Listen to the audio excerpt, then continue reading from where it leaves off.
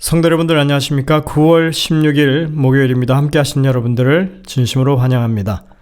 이제 기도하시고 시작하겠습니다. 하늘에 계신 아버지 하나님, 오늘 우리에게 이 하루의 삶을 주시고 주님께서 주시는 구원의 삶을 영위하게 하시니 감사드립니다. 저희들에게 하나님의 말씀을 더욱더 깊이 이해할 수 있는 지혜와 능력을 허락해 주시고 성령 하나님의 인도하심 가운데 우리의 삶에 변화를 가져올 만한 그러한 분명한 이해와 깨우침이 있게 인도하여 주시옵소서. 이 아침에도 주님의 도우심을 기다리며 간구하는 주의 백성들의 모든 탄원에 귀 기울여 주시고 하나님의 백성들이 주님께로부터 응답받고 또 활력을 얻는 그런 삶을 살아간다고 하는 것을 우리 모두가 경험하게 인도하여 주시옵소서. 이 시간 주의 성령께서 우리의 심령마다 함께 하셔서 분명한 말씀 안에서의 깨우침을 허락해 주시고 그러한 것들을 우리의 삶에 적용하고 그렇게 하나님의 명령대로 살아갈 수 있는 저희들이 되게 능력 주시옵기를 예수님의 이름으로 간절히 기도드립니다. 아멘. 저희들이 이번 주에 요나서의 내용을 살펴보면서 요나가 참으로 얼마나 삐뚤어진 마음을 갖고 있는지 다시 한번 생각하게 되었습니다. 요나는 자신의 체면에 대해서 지나치게 걱정하고 있는 것처럼 보입니다. 니느웨가 위험한 곳이라고 하는 것은 맞습니다. 하지만 요나의 이야기 속에서 니느웨 백성들은 사실 별 문제가 없는 듯 보입니다. 하나님의 기별을 듣고 그들은 회개했습니다. 선지자의 기별을 이해했고 빠르게 그들은 돌이켰습니다. 이 이야기 속에서 문제는 오히려 요나에게 있습니다. 어쩌면 이 이야기를 통해서 하나님께서 주저하는 선지자를 끝까지 찾으신 이유는 니느웨 백성들이 선교사의 메시지를 필요했던 것만큼 요나 자신에게도 이번 선교 여행의 경험이 필요했음을 아셨기 때문이라고 생각할 수 있습니다. 우리는 이 상황이 어떤 것인지 정확히 규정할 필요가 있습니다. 요나는 하나님의 뜻대로 심판의 기별을 전했습니다. 그리고 그 결과는 매우 성공적이었습니다. 부르심의 목적이 있었고 그 소기의 목적이 달성된 것입니다. 무엇이 문제였습니까? 아무런 문제의 소지가 없습니다. 그런데 요나가 스스로 문제를 제기한 것입니다. 자기 체면에 문제가 생겼다는 것입니다. 문제는 이런 일을 분부하신 하나님께 있는 것이 아니라 분명 요나 자신에게 문제가 있었습니다. 그럼에도 요나는 지금 자신이 당하는 이런 수치가 수모가 하나님의 탓이라고 불만을 표현하는 것입니다. 그렇다고 무슨 니느웨 성민들이 요나를 향해서 거짓 선지자라고 그렇게 몰아붙이는 것도 아니었습니다. 단지 그것은 요나 자신이 생각하는 가능성에 불과했습니다. 요나의 문제는 일의 본질에서 벗어나 아주 지엽적인 문제를 스스로 부각시키는 데 있었습니다. 여러분들 요나서 21절을 한번 읽어보시기 바랍니다. 하나님의 사랑 안에서 자신을 지키며 영생에 이르도록 우리 주 예수 그리스도의 긍휼을 기다리라 라고 말씀하고 있습니다. 여기서 하나님의 사랑 안에서 자신을 지킨다라고 하는 말은 무슨 뜻일까요? 이것은 하나님의 사랑을 계속해서 경험하는 것을 의미하고 있습니다. 하나님의 사랑과 은혜를 경험하는 것은 한 번만 하고 끝나는 그런 이벤트가 아닙니다. 그것은 우리가 살아가는 삶의 방식에 관한 것입니다. 우리는 매일 매순간 하나님의 사랑과 은혜 속에 살고 있음을 경험하고 인정하고 받아들입니다. 그리고 이어서 유다서에는 이렇게 말하고 있습니다. 영생에 이르도록 우리 주 예수 그리스도의 긍휼을 기다리라.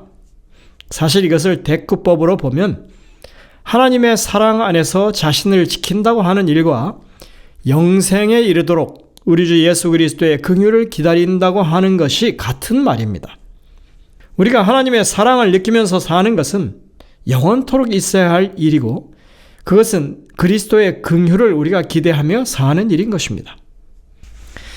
유다서에는 하나님의 사랑 안에서 자신을 지키며 사는 확실한 방법으로 그것이 어떤 것인지를 설명하고 있습니다.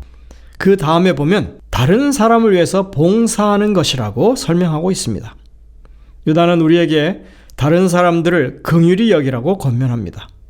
그리스도의 긍휼을 맛보고 그것에 기대어 사는 사람들이라면 당연히 다른 사람들을 긍휼히 여겨야 한다는 것입니다. 그리고 그들을 불에서 끌어내어 구원하라고 그렇게 이야기합니다. 이것 또한 대꾸적인 표현입니다. 그들을 긍휼히 여기는 일은 그들을 불에서 끌어내 구원하는 것과 같은 것입니다. 여기 지금 말하고 있는 긍휼히 여긴다라고 하는 말은 아주 특별한 말입니다. 그것은 구약 성경에서 사용된 헤세드, 하나님의 인자, 자비, 사랑을 나타내는 말과 같은 말입니다. 이것은 하나님의 언약에 기초한 사랑을 의미합니다. 그리고 이것은 사랑의 기질보다는 사랑의 행동을 의미하는 단어이기도 합니다. 그러니까 내가 사랑하는 어떤 이 성향을 가지고 있다 하는 것이 아니라 그렇게 사랑으로 행동한다는 것입니다. 이것은 높은 사람이 아랫사람에게 보이는 은혜를 포함하는 말입니다.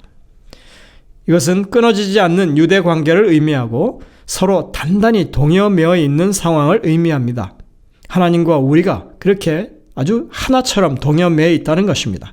이게 바로 긍휼히 여긴다고 하는 말의 진정한 의미입니다. 그래서 하나님의 긍휼하심을 사실은 우리도 드러내는 것이 이렇게 묶여져 있는 관계에서 당연한 것이죠. 이것이 구원의 섭리입니다.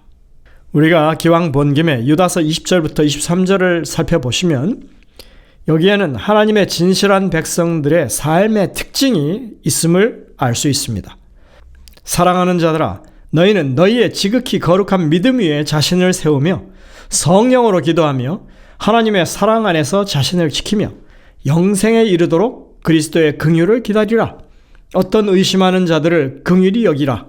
또 어떤 자를 불에서 끌어내어 구원하라. 또 어떤 자를 그 육체로 더럽힌 옷까지도 미워하되 두려움으로 긍휼히 여기라. 여기에 믿음 위에 자신을 세운다, 성령으로 기도한다 등과 같은 말 외에 의심하는 자들, 불에 멸망할 자들, 육체의 옷을 더럽힌 자들을 구원하되 긍휼히 여길 것을 권면하고 있습니다. 사실 세상에 멸망해 가는 사람들을 긍휼히 여기라고 하는 명령이 2번씩이나 강조되고 있습니다. 이러한 명령은 요나서에 나오는 교훈과 정확하게 일치하는 말씀입니다. 요나는 사실 우물 안의 개구리였습니다. 그는 하나님 믿는 족속의 한 사람으로 태어나서 신앙의 이 테두리 안에서 이제껏 살아왔습니다. 그가 살아온 환경은 어느 것 하나 신앙적인 것 아닌 게 없었습니다.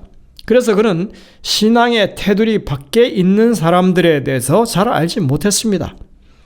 하나님께서는 요나가 이번에 이 부르심이 있기 전까지는 자신이 아수르 사람들에 대해서 어떤 일을 해야 하는지에 대해서 깊이 생각해 보지 않았다고 하는 것을 알고 계셨습니다. 바로 이 이유 때문에 요나를 불러 니느웨로 가라고 명령하신 것입니다. 요나는 아수르 사람들에 대해서 좋은 인상을 가지고 있지 않았습니다. 워낙 좋지 않은 소문을 들었으니까요. 그는 그 자신이 니느웨 사람들을 좋아하지 않는다고 하는 것을 스스로 알고는 있었지만 그들에게로 가라고 하는 부르심이 직접 주어졌을 때 그는 하나님의 명령을 거부해버릴 정도로 그들을 싫어하고 있다고 하는 사실을 그가 그제서야 알게 되는 것입니다.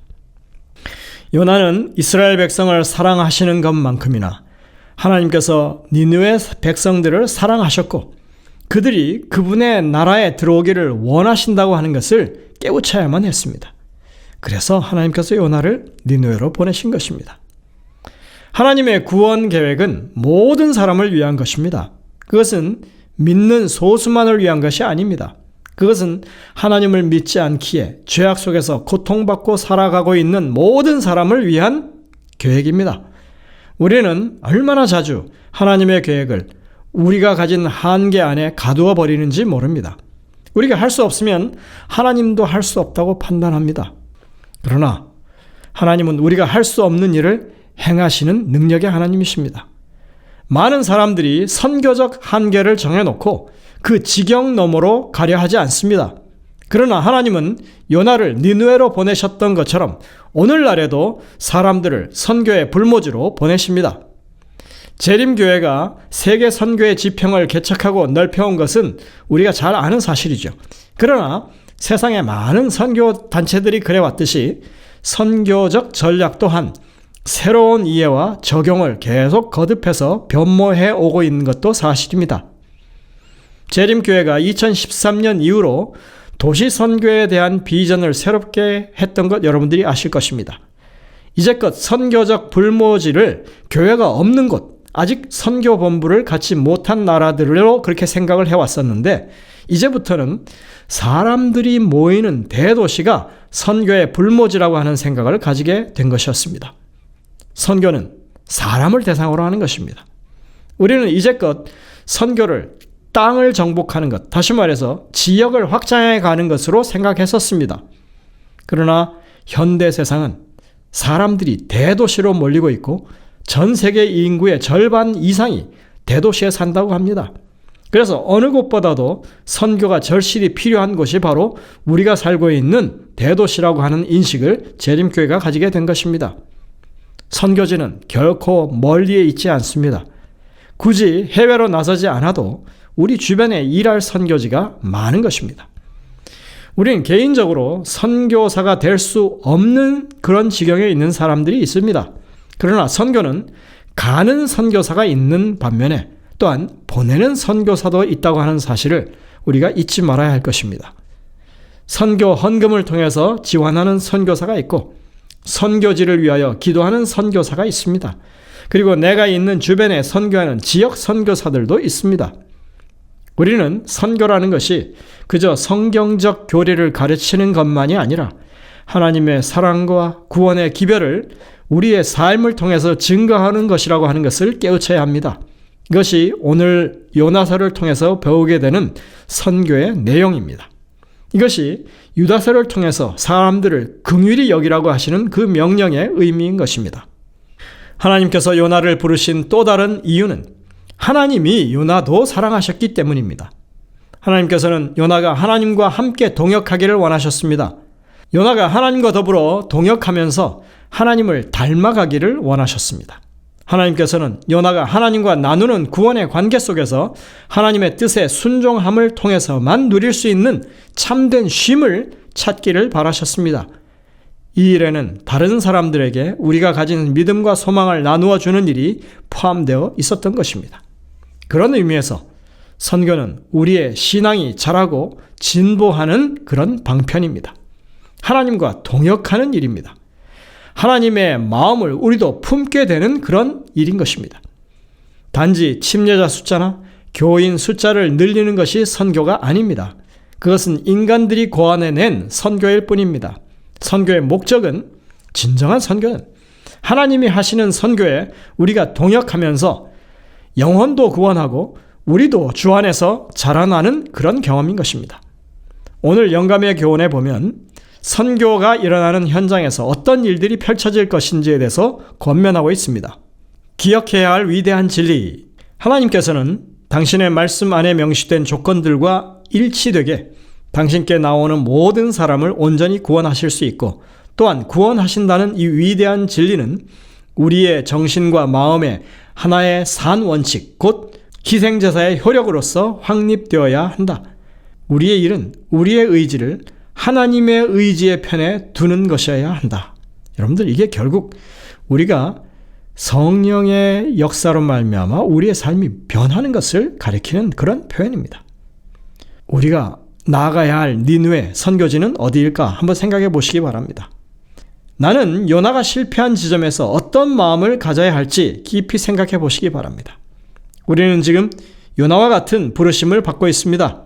하나님은 우리에게 그리스도의 긍휼을 맛본 사람으로서 세상 사람을 긍휼히 여기라고, 그들에게 정말 하나님의 복음을 삶으로 증거하라고 말씀하고 있습니다. 여러분들, 이 부르심에 오늘 여러분들이 응답하시는 이 하루가 되시기를 간절히 바랍니다. 기도하시겠습니다. 하늘에 계신 아버지 하나님, 오늘도 요나에게 부르셨던 그 부르심이 우리에게 있다고 하는 사실을 다시 한번 깨우쳐 주시니 감사드립니다. 저희들에게 하나님의 그 부르심에 선뜻 응답할 수 있는 믿음을 허락하시고, 우리는 불가능하지만 하나님은 능하시다고 하는 것을 깨우치고, 우리가 세상 사람들에게 구원을 전하기 위해서 무엇을 할 수 있는지 적극적으로 살펴볼 수 있는 저희들 되게 하여 주옵소서. 주님, 우리가 연약하면 주님이 하실 수 없는 게 아닙니다. 우리가 연약함에도 불구하고 주님은 하실 수 있다고 하는 것을 우리가 분명히 깨닫게 하시고, 세상 사람 모두를 구원하려고 하시는 그 원대한 주님의 비전을 우리 마음 가운데 품게 하시고 그것에 순종하는 저희들 되게 인도하여 주옵소서. 이 하루의 삶을 통하여 주님께 응답하는 저희 모두가 될 수 있게 인도해 주옵기를 예수님의 이름으로 간절히 기도드립니다. 아멘. 네, 여러분들 오늘도 이 주신 말씀들을 깊이 생각하면서 주님의 음성을 듣게 되시길 바랍니다. 저희들은 내일 다시 뵙겠습니다.